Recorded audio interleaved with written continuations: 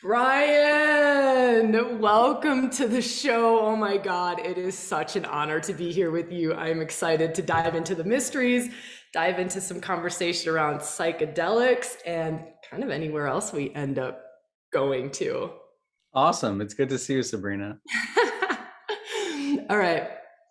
I was listening to a podcast you did with, I think it was Lex Friedman. And Mhm. his first question to you is, what is God? But first, I'm like, who starts a podcast with that question? But then I'm hearing you speak the words you're speaking about. And I thought, okay, there's kind of no better way. Kind of no better way. So, Brian, can we start there? With what is God? Sure, sure. Yeah, I was surprised that Lex went there too. And I didn't really have any. It kind of took me by surprise, as it's taking me by surprise now. But that's fine. I don't have any good answer for it, and so all I did was just tap into Joseph Campbell, who I mentioned throughout the conversation with Lex. I'm happy to talk about him here too.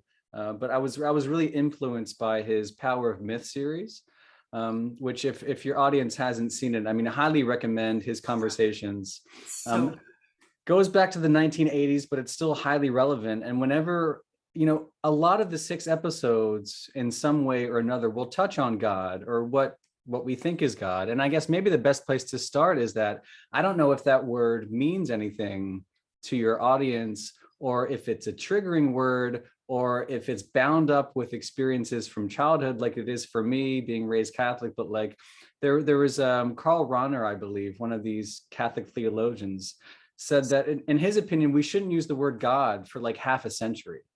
This is from a Catholic. For I mean, just to see what would happen, because I don't know if it signifies anything. It's supposed to be a symbol, right? As all language, it's supposed to point to that which is not just otherworldly and not just intangible, not just ineffable, but beyond all those categories. And that's why I was quoting Joseph Campbell. He says that God is a thought, God is an idea, but it's reference to that which is beyond thinking and beyond the categories of being and non-being. So if it's beyond being and non-being, to even talk about it is to immediately get God wrong, because we can't talk about something that both is and is not, right? It's a total paradox. And I actually think paradox is the best way to think about God, whatever that means to you. But I also I try to be quick to make the point that if you hear that word and you're thinking about something external, if you're thinking about something up in the clouds, the old man with the beard, if you're thinking about something that has nothing to do with you,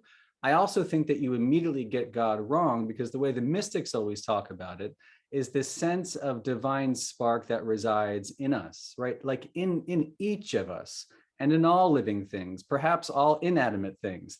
The idea that we are these cosmic sparks, that we all share something in common, and that to recognize God really is to recognize the truest version of ourselves. whew, I love that. And I love Joseph Campbell. I love his work. Love that you've woven that. Was that the last thing that he did? Was that series? I mean, that to Um, me was almost like a culmination of his entire life's work. Sure, he was older at that time. He died not long after one of the final conversations that he filmed with Right. Bill Moyers, the Oh, wonderful journalist who's still around, asking provocative questions. It was one of the last filmed conversations I think Joe did. yeah, yeah. And just for those listening, um, I know we talk a lot about myth and we talk a lot about archetype, and that's one of the greatest, like almost like myth busting conversations that I've listened to, and how he weaves so many, and I know you do this in your book too, weaves so many different cultures and different archetypes and links them like, cool, here's this archetype in this tradition. How similar is that to this one in this tradition? It's kind of the same story, kind of the same juju, kind of the same. For us, we use the word Shakti a lot, just like that, like Holy Spirit energy held, or that flavor of the divine held in that Hmm. energy. I suppose I suppose now is a great time to reference your book, Brian, and I fucking love what you did in this one. Seriously. Thanks, man. Seriously. I do not know how you wove facts and science and archaeology and this blows my mind. Like, is this all you've done for the last however many decades? Like, and I feel like you're also just getting started, Brian. Like, where are you going after this? I don't know where this conversation is leading or what my question is, but I'm just kind of saying, holy shit, this thing is a thing. This thing is a thing. It's a thing. And I'm only 24 years old. Imagine that. No, I'm just kidding. I started when I came out of the womb. I've been at that so now it's 13 years. Yeah, I mean, it's the truth. I did very little else with my free time from about 2007 until about 2020. It was my passion project for fun, nights and weekends. I've talked about this a lot, so I won't repeat myself, but I mean, I was doing it for fun, which is the only important thing I want to tell you. This was, no one was paying me to go to the libraries and archives and catacombs, and it's something I wanted to know for myself, and I really didn't think it was going to be a book. And then I started putting together a proposal when I felt like there was something compelling to communicate, and they picked it up in New York for some reason, and that's when I really kicked off the road trip to Greece and to Italy and to Spain.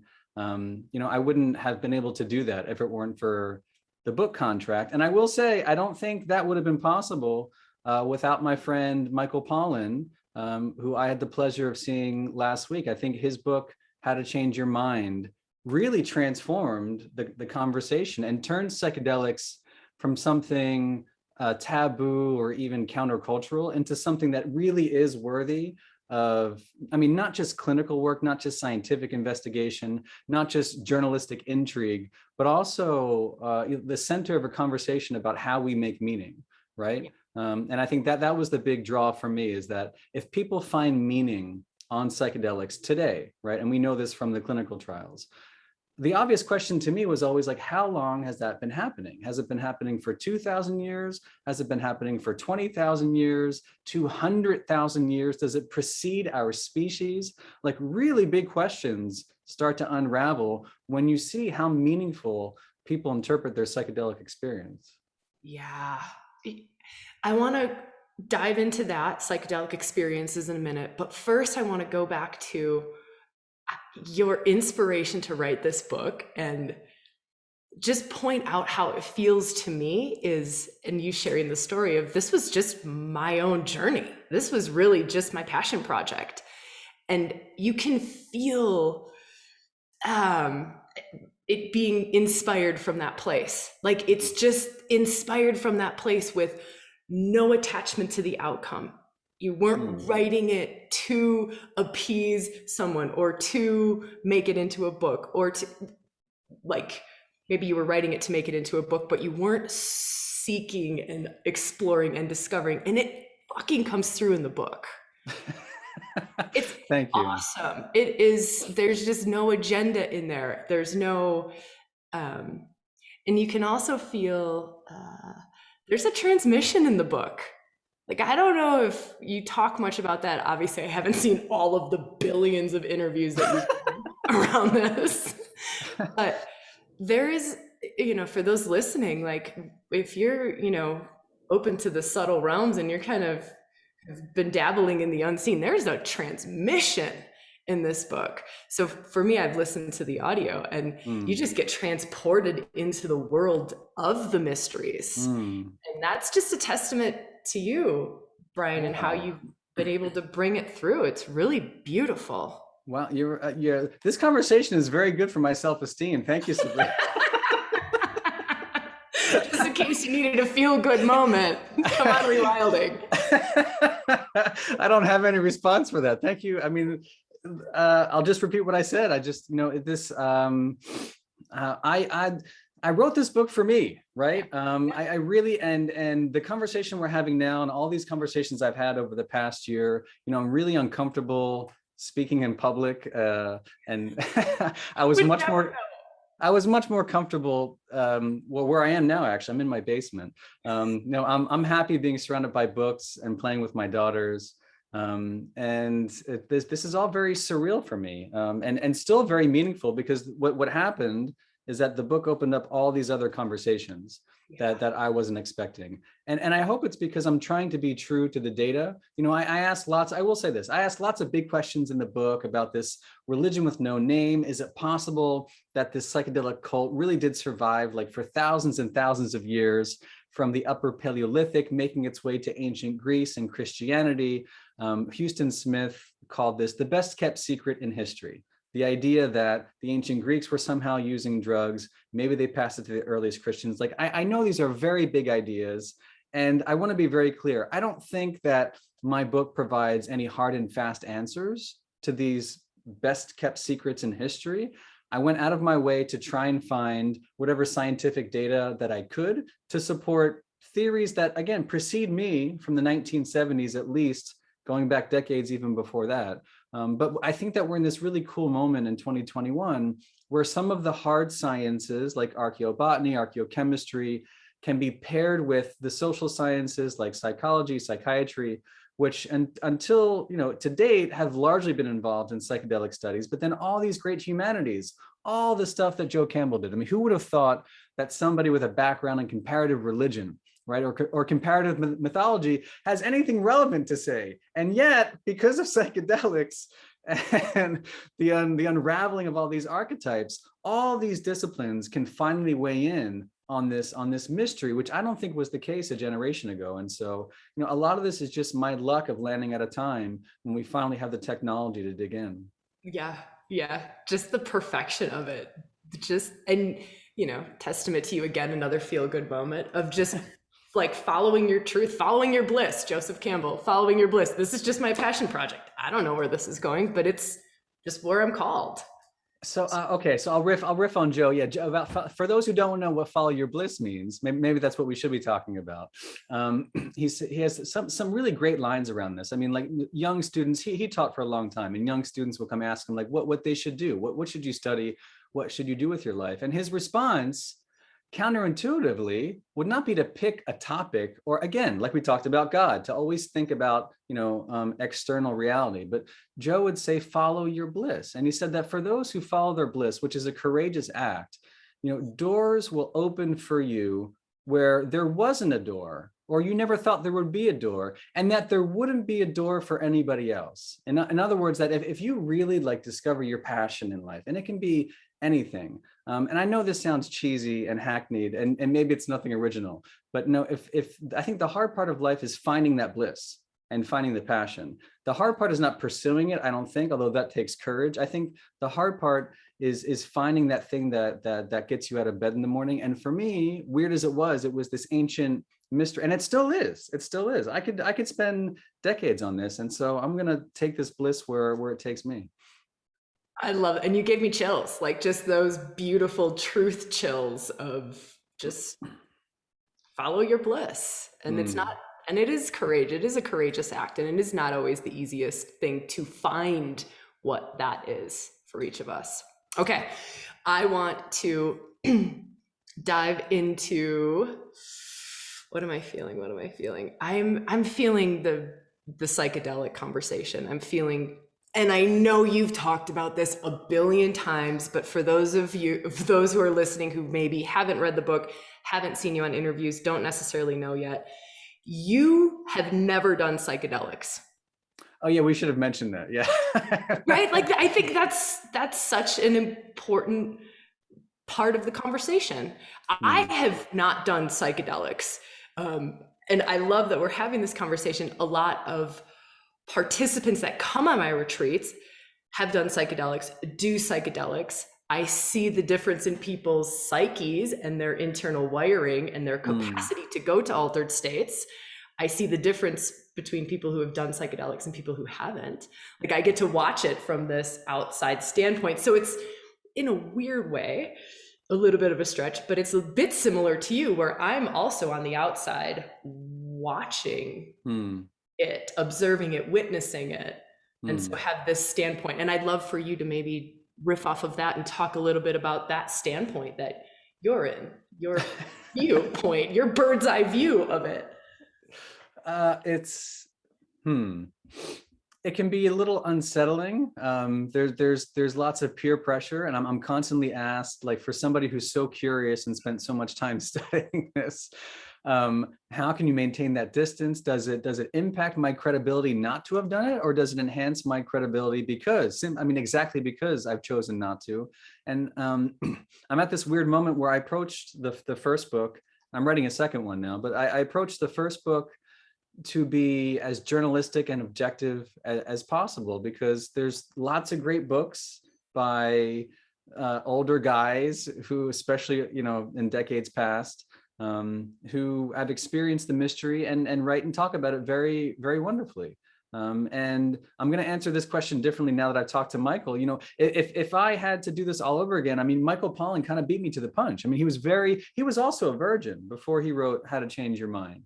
And he was very methodical about the way that he did it. And if he hadn't written that, maybe there would have been a runway for me to be as equally methodical, but he did it. And so that it left me in this place of having to do something original, which is very difficult to do. And so maybe at least part of the originality of this investigation is that my subjective experience doesn't matter. You know, I'm interested in charting the experience as far back as it goes, and also asking questions about, like, why this impacts people today. And that's the biggest question. I want to know if it's purely therapeutic, if it is religious, if mystical experience can be engineered. If that's the case, then my experience, I think, is like way beside the point.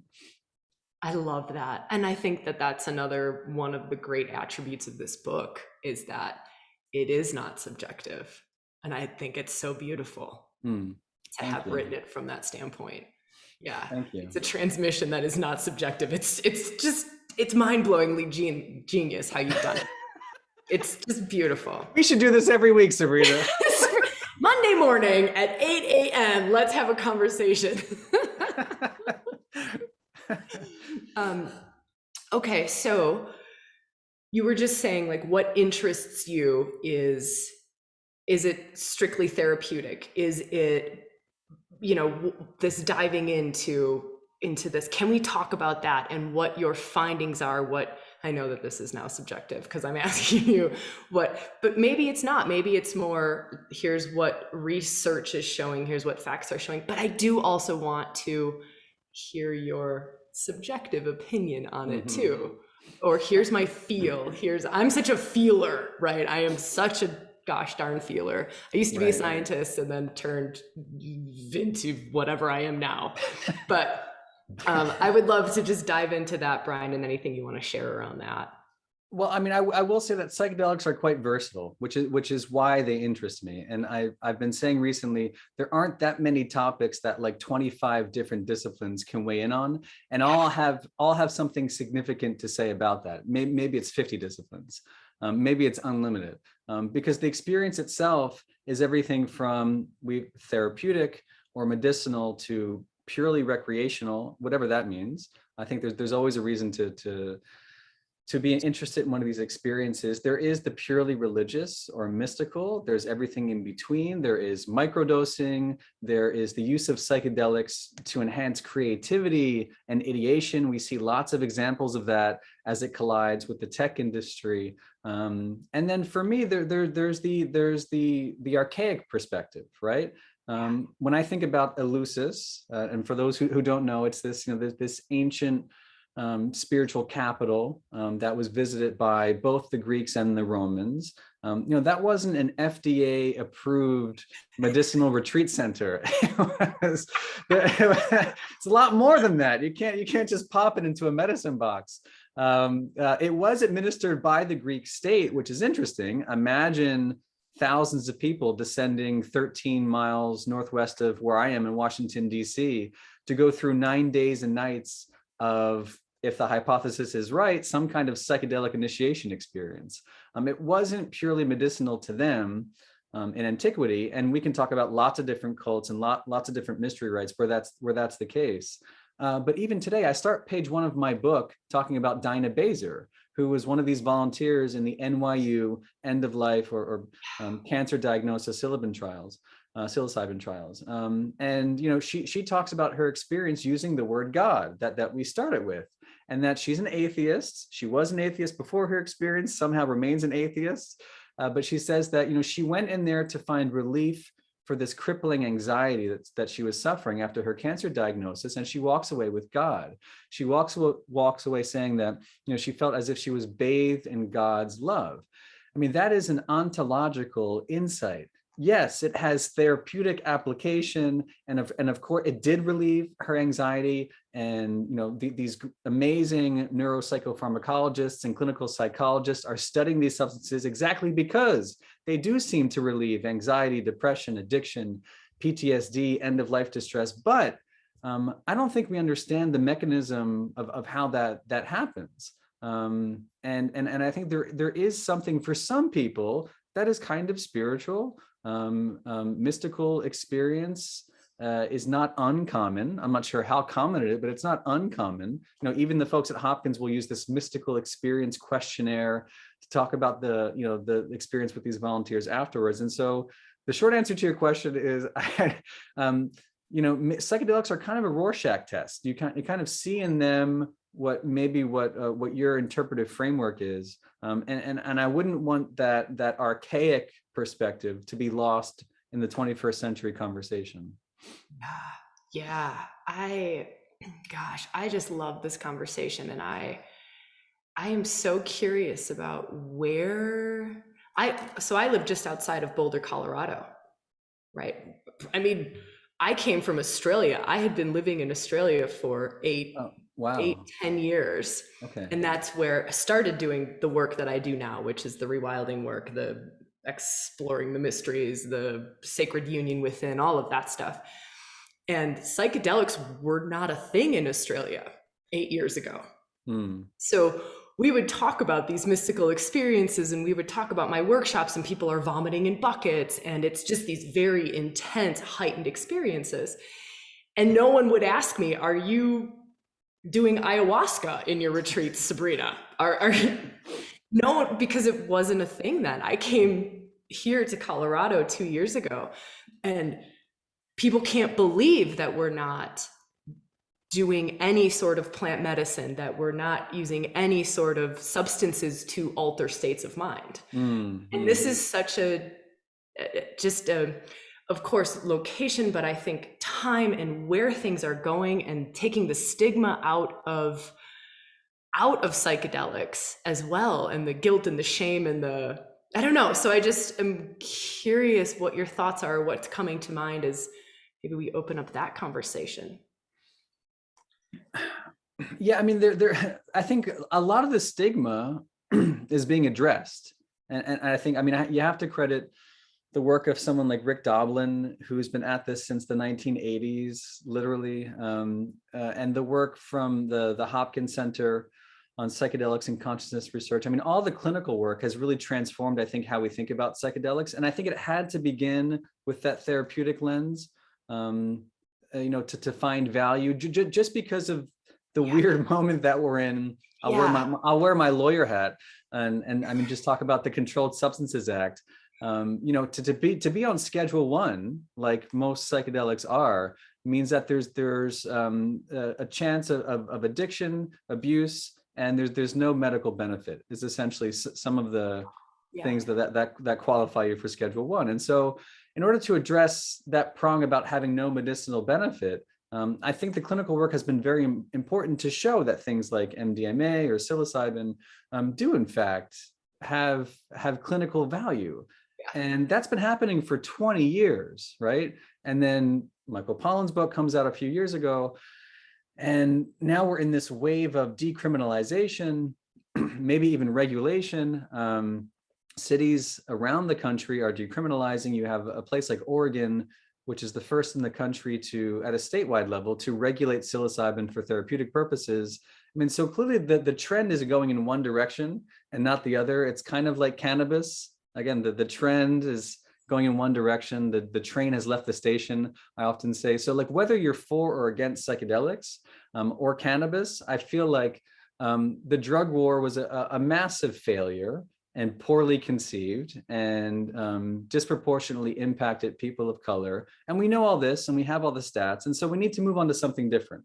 And the big question is, what is that something different? Same as cannabis. Is it purely medicinal? Is it purely recreational? Is it sacramental? I think it's going to be the same with psilocybin. I will say I don't foresee a future where psilocybin is available at every 7-Eleven or or corner shop. I don't think that makes sense. I also don't think they're going to be strictly regulated in these therapeutic centers approved by the FDA. There will be a push towards some kind of sacramentalization of things like psilocybin, if they can be consumed, magic mushrooms I'm talking about, if they can be consumed in a way that is safe and with sincere religious belief. I mean, there are laws out there to protect this kind of stuff, the same way that you find peyote protected in the Native American church or ayahuasca protected in the União do Vegetal here in the United States. Like the concept of merging psychedelics and religion has been happening for years and years and years.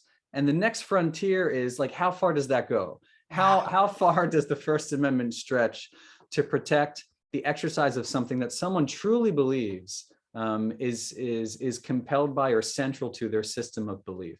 Yeah. So here's my next question, which I know everyone wants to know this. Maybe not everyone, but a lot of people will want to know this, is people who are thinking about an ayahuasca ceremony or psilocybin for a spiritual experience in that kind of way, what would, based on your findings and your research, what would you say to them? I know there are so many people sitting on that fence of, gosh, this seems like everyone's doing it. This seems like definitely the way to go. This seems like the easy route or the quicker route or the... I just know that there's a lot of people on the fence. And I'll take the easy road out. Just you lawyer, you. So just short of rendering legal advice, which I'm happy to do. Anybody can call me.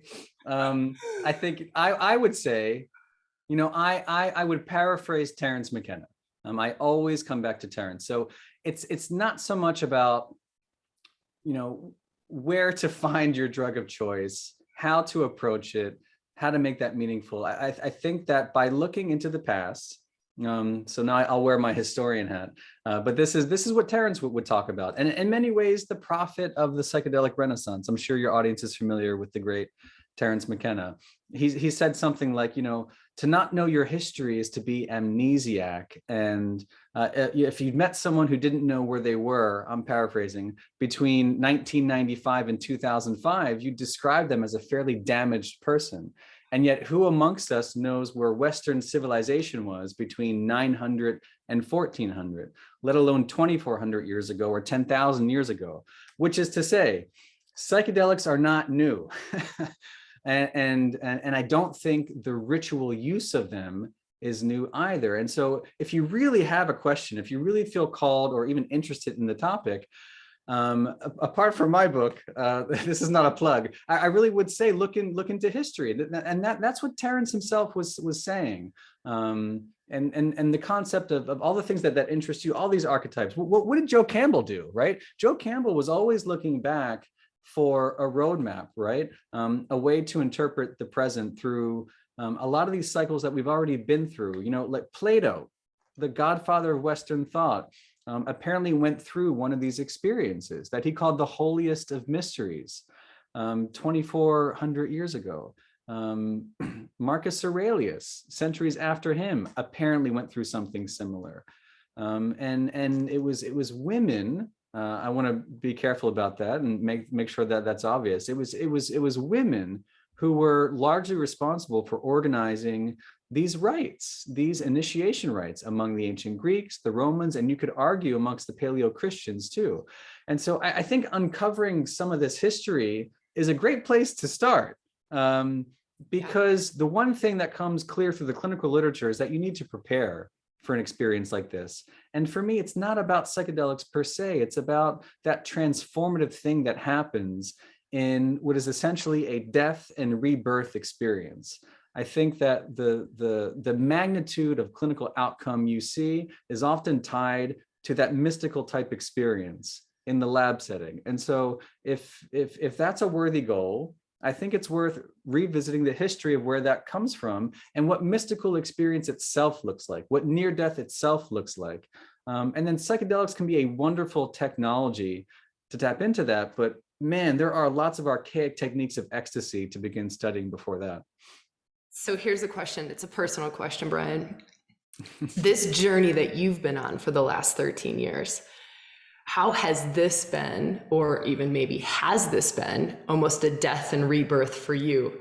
How has this been a mystical experience for you? How has this transformed you? Or, yeah, I'll just leave it at that. This is why I don't do drugs, man. This is and listen, I'd love to, but this life can be very psychedelic when you follow your bliss. I've had some psychedelic conversations over the past year, and my life has been turned upside down. It's affected my whole family. And it's all been in the absence of the physical ingestion of psychedelics. Yeah. And that for me, like the process of writing and putting this out has been a mystical experience. I've had other mystical experiences.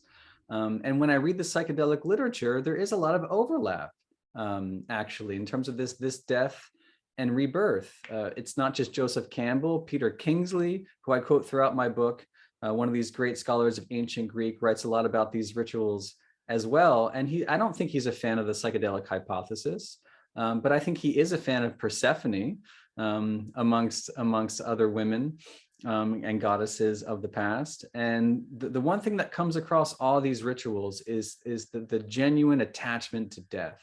Diving into death in order to understand your own mortality and to be reborn, not back into life as it always was, but life as it truly is. In other words, beyond life and death, beyond waking and dreaming, into this state of consciousness that is timeless, right? And I write and talk a lot about that. I think that's the point of the psychedelic experience, the mystical experience, to reconfigure how you conceive of time and space.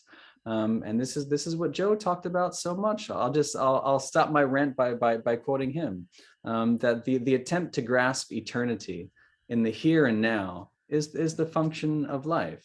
Psychedelics seem to be able to do that. There are other ways to tap into the eternity of the present moment. Yeah.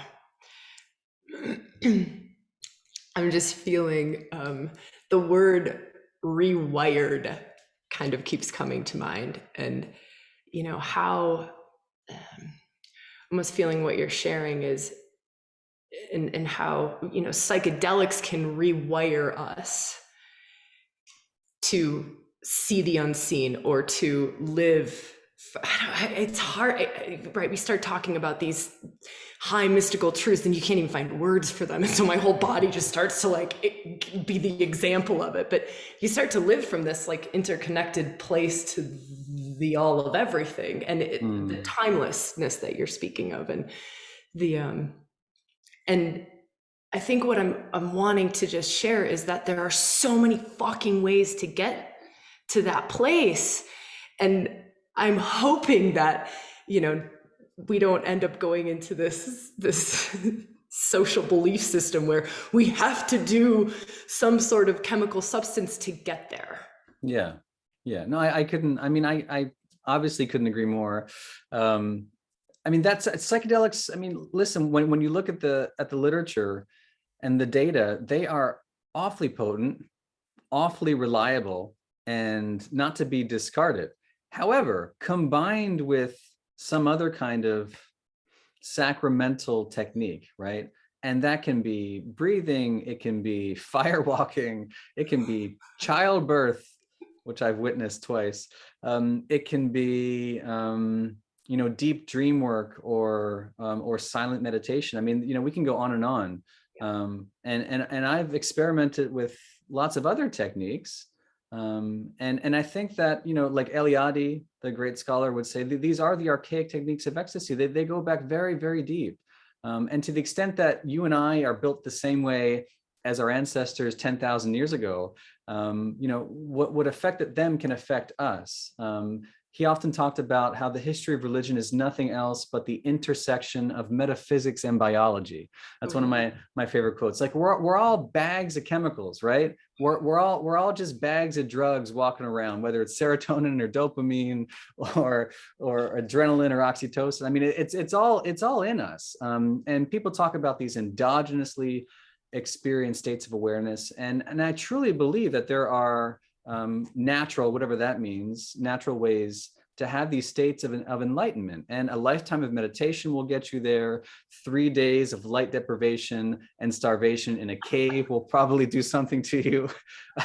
Whatever it is, just die. Just be willing to die to who you think you are. That's the big Yes. technique from these mystery schools. Just be willing to die, not a little death. Bill Richards at Hopkins says that it has to feel acutely and terrifyingly real. Now, a good initiation will do that. Sometimes you seek it out, and sometimes life just throws it at you. Sometimes it seeks you, right?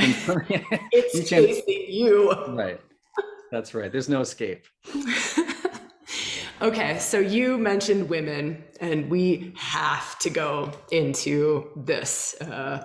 I think my audience would kill me. Go into, you use the term in your book, and I loved this, psychedelic witches. Yeah. And you use psychedelic priestesses, and I think it was Pythia. Am I saying that? Yes. Yep.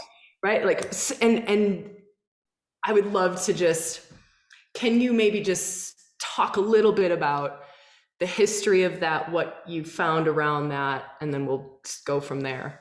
Sure. Well, I mean, a big hat tip to my friend Tom Hatsis, who's written a wonderful book on psychedelic witches called the Witch's Ointment. To this day, it's one of my favorite books about that, largely the medieval history.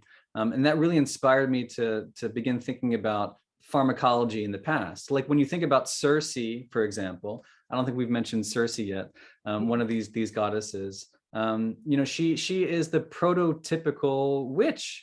The word in Greek was pharmakeia, which is someone who knows what they're doing with drugs, right? And I reference her throughout the book, and I talk about the 10th book of Homer's Odyssey, where she's there pictured in the founding document, the founding epic of Western literature. In Homer's epic, she's there mixing up potions and turning men into pigs and doing all kinds of fun stuff. I mean, so what is a witch if not someone with deep pharmacological expertise? And so that's what she's doing in the Odyssey. That's the person that she becomes. She's the brewer of witchy recipes. And so inspired by that, I went out to try and find the data to support it. And turns out there is some archaeobotanical data of some of these witchy potions. In my book, I really highlight two. One is an ancient beer from about the 2nd century BC that looks to be mixed with something like with ergot. There are microscopic traces of ergot, which is the natural fungus from which LSD can be synthesized. So I won't call it LSD beer, but something like that was found in a domestic chapel that looked like a Greek temple of sorts, dedicated to Demeter, Persephone, and Hecate, the mother of Circe and the patroness of witchcraft. There's real data that someone was mixing up something funky 2,200 years ago in what looks to be some kind of recreation of the Eleusinian mysteries in what today is Spain, which is mind-blowing. That's the whole first half of my book leads up to that. The second half kind of leads to this Villa Vesuvio, 1st century, same moment when the Gospels are being written, Christianity is descending on the Italian peninsula. There's this farmhouse, this little farmhouse, and there's these dolia, these big containers, and in there they find very witchy ingredients, probably mixed by women. Inside this giant wine vat, they found seeds belonging to opium and cannabis and henbane and black nightshade, very witchy stuff. And in addition, bones belonging to lizards, frogs, and toads. So like when when I brought that to the attention of a guy named Pat McGovern at UPenn, his first reaction is like this is very Macbethian. Like how like, this is some witchy stuff. So whether it's 2,000 years ago or 2,200, there is data to suggest that our ancient ancestors were mixing up some pretty witchy brews. And tell me why women? Like, have you? Yeah. That's so I didn't set out to write a feminist book.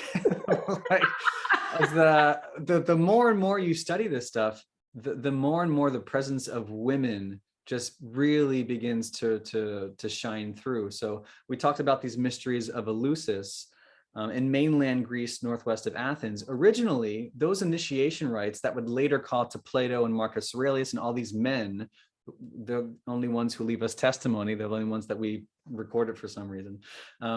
Originally, that was preserved exclusively for women. And it was priestesses, we think, who would continue to mix the sacred beverage that was consumed there called the koukion, similar to that beverage from ancient Iberia. The archaeologist on site there also thought it was women. When I talked to Martin Zarnkow, one of the world's premier beer scientists in Munich, Germany, he reminded me that it was women who were the original brewers far before that in ancient Egypt, ancient Sumeria. Does this go back to the agricultural revolution? It's the same with wine. So they were brewing the beer until the Protestant Reformation and industrialization. It was women who brewed beer, and it was women who mixed wine. And that's even more flagrant. You can't pick up a Dionysian vase and not see a bunch of women doing their Maenadic thing. They were called Maenads, the high followers of Dionysus. They were the ones who would mix the wine. They would go into fits of ecstasy, whether at the theater of Dionysus or in the forests and mountains around Greece and Italy. It was women who were called to these ecstatic states through the ritual consumption of something that wasn't ordinary table wine. I don't know what the heck it was, and there were lots of options out there, but they were drawn to madness, states of frenzy and delirium, and it was women who were the experts at cultivating those states of mind. Can we talk about states of frenzy and delirium a little bit? And, keeping in this, I just would love anything that you can share around this, because I know that our audience will just be like hanging on the edge of their seats, like, what, tell us more. And I know that there's so much more in the book, but anything else that you feel to share around that. There's just this so let me share this and maybe it'll spark something else, Brian, is some of the deep work that we do in ReWilding is going into these places where we hold some of this trauma or some of these even old ancestral memories in our systems or in our psyches or in our energetic field. And it's around the pain. And sometimes we just call it the witch wound, right? The pain of losing that connection, or the pain of that being ripped away, or the atrocities that happened, and we access that as a way of letting go of fears and letting go of traumas and wounds and old hurts in order to come to that place of, what is my truth? Where is my bliss? So there isn't fear of fuck, I'm actually this witchy medicine woman in this life, but I am terrified to brew something because it was ripped away from me. So this is a huge part of what the women in ReWilding do, is to access, and we a lot of times do it through Hecate, through Persephone, through their mysteries, and through just the different, that flavor of Shakti.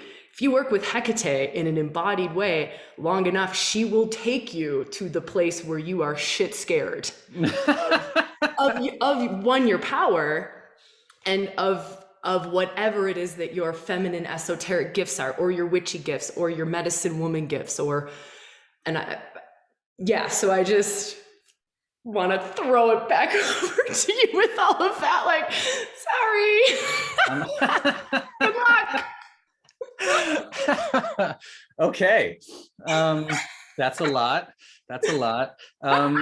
So, I mean, again, this is where it doesn't seem relevant, but the humanities have something to offer here. The conversations around psychedelics and transformative experience. I mean, I understand why the clinical data matters and the social sciences. It's possible that psychology might not be a big enough tent for this. I mean, if you're talking about intergenerational trauma, for example, and seeking relief for something like that, the historian might have something to offer you. I mean, getting back to Terence McKenna, understanding that there is a tradition of witchcraft, understanding that there is a tradition of drugs and women, and mystery rites and cult ritual that extends into the very heart of Greco-Roman culture, which is to say the thing that inspired like the founding of the United States, right? It's at the center of Western civilization. And we talked about ayahuasca. I mentioned peyote.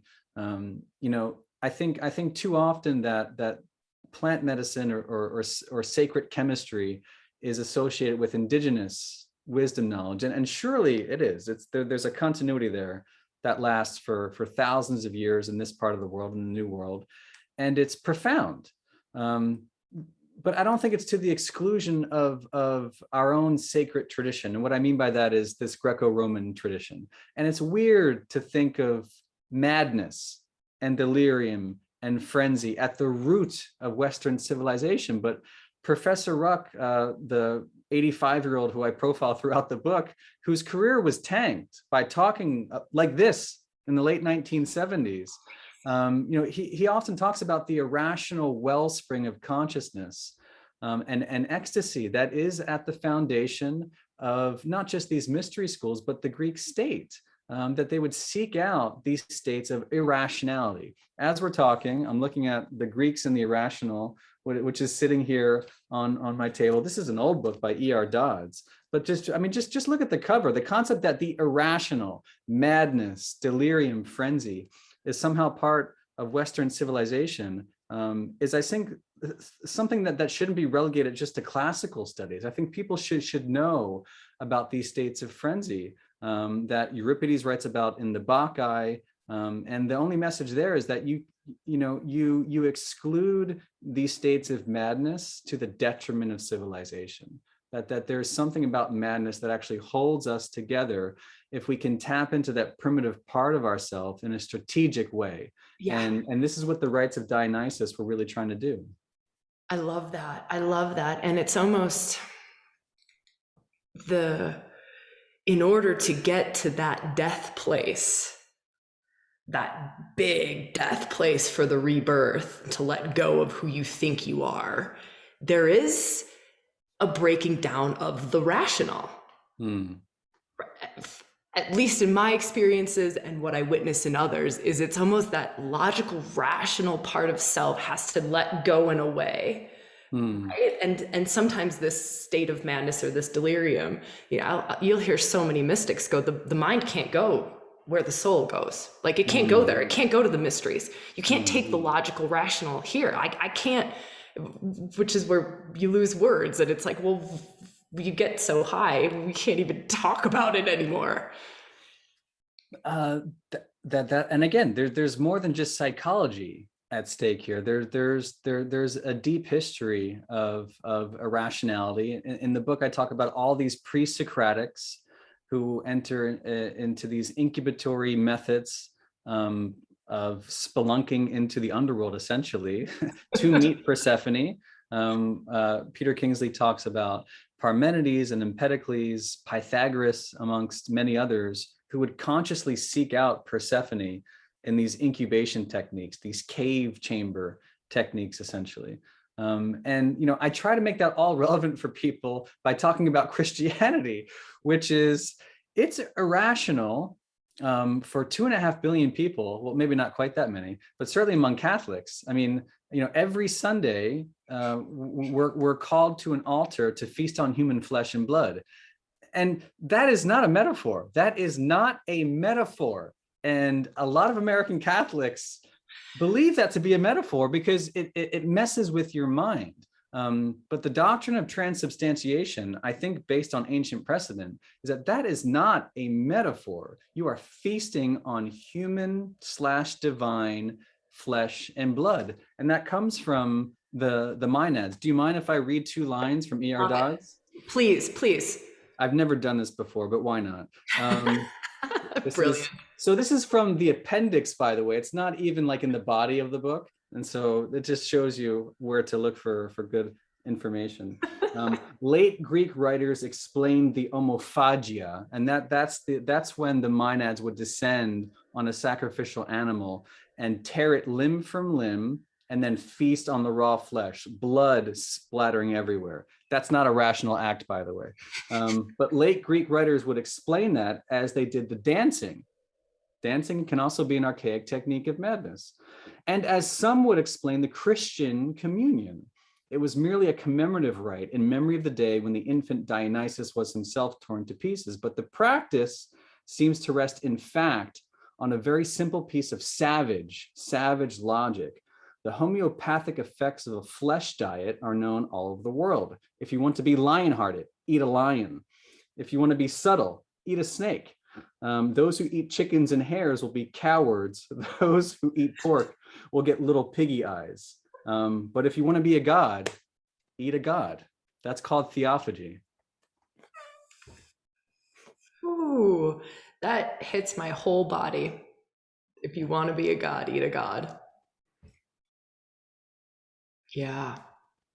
Wow. Brian, I love this conversation. I love your mind. Really. Like, yeah. Okay. So, what are you working on now? Can I ask that, or is that top secret?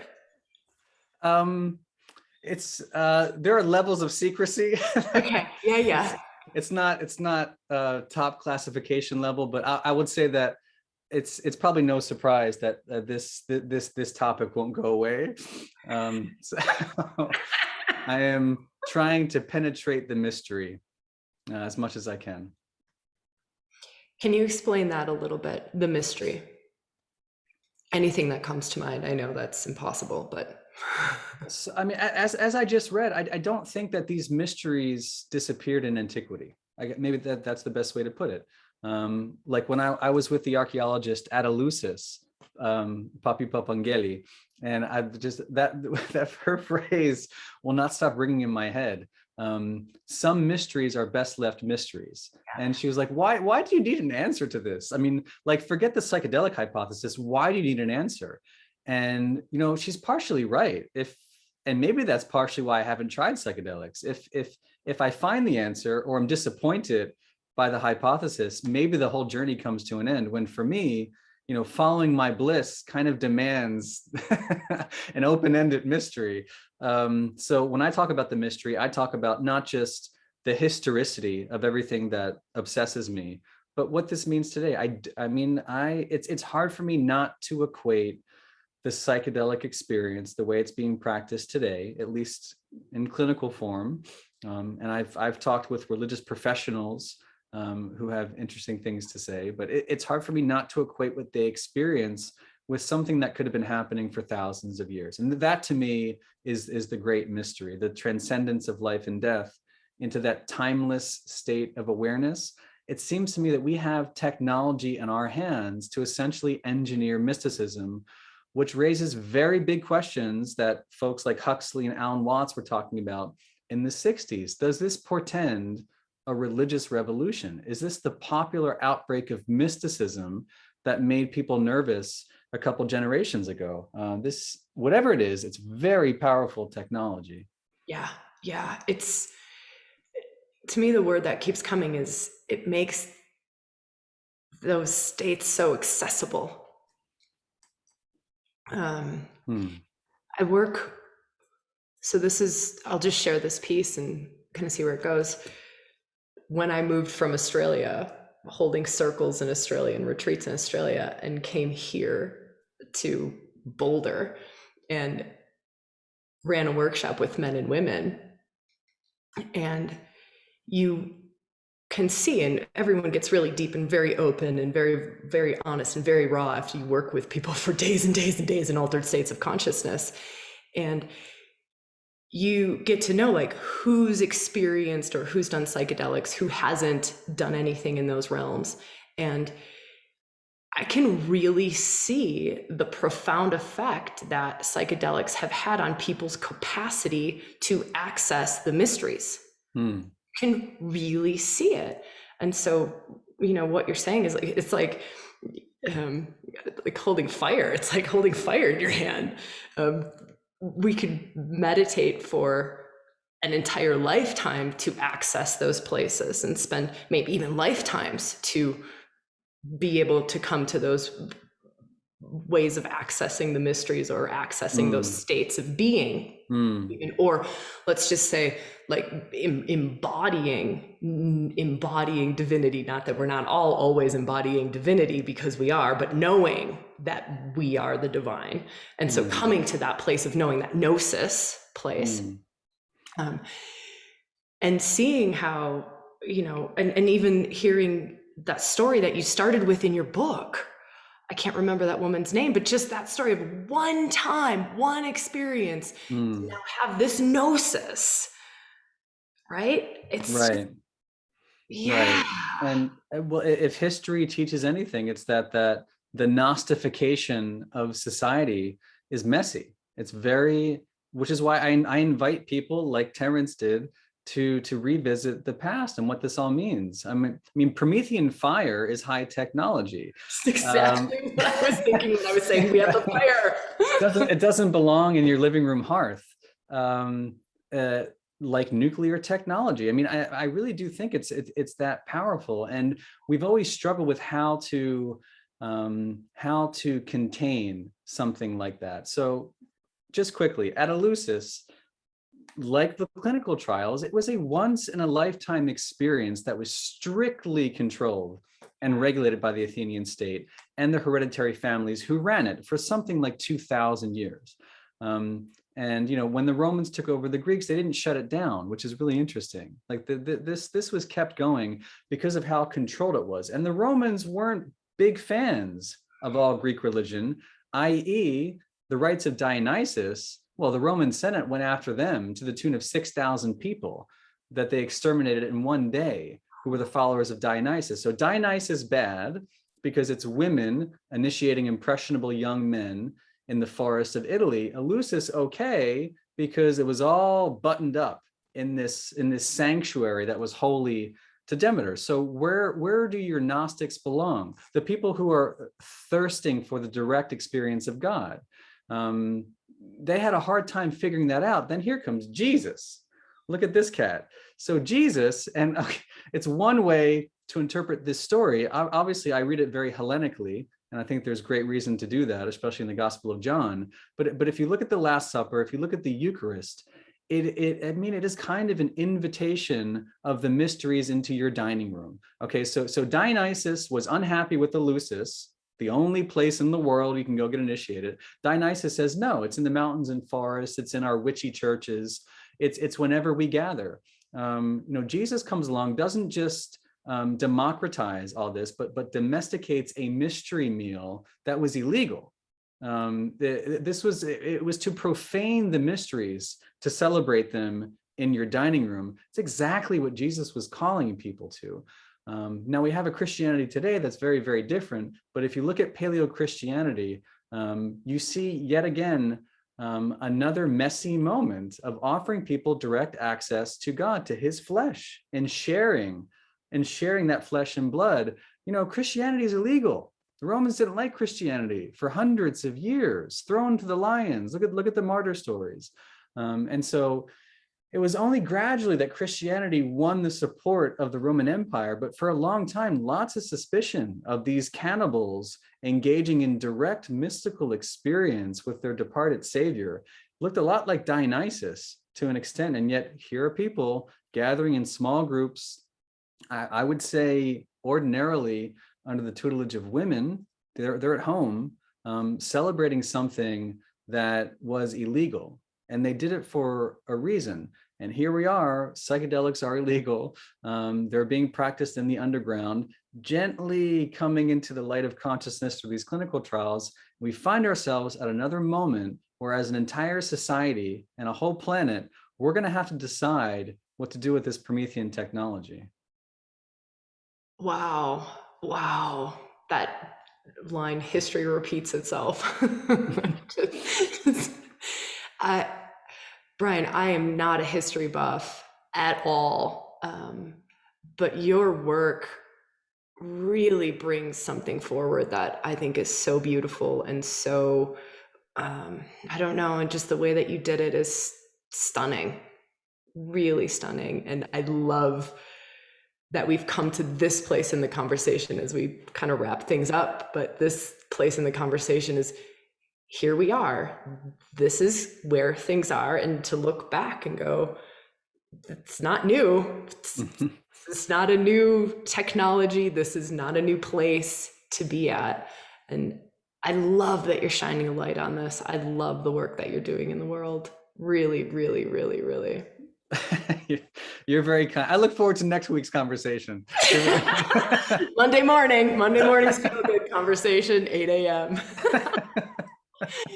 Oh my gosh, Brian, what an absolute honor. Again, Brian's book that we've been talking about is The Immortality Key. Is there anything else that you would want to point people to or to share with people in this moment, or anything else that you kind of want to close on?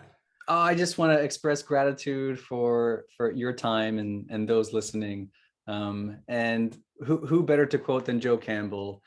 If we all followed our bliss, what kind of world would we have on our hands? I think that's now talk about powerful technology. Yeah, I love that. I love that. Thank you so much, Brian. What an absolute honor. Likewise. Thank you.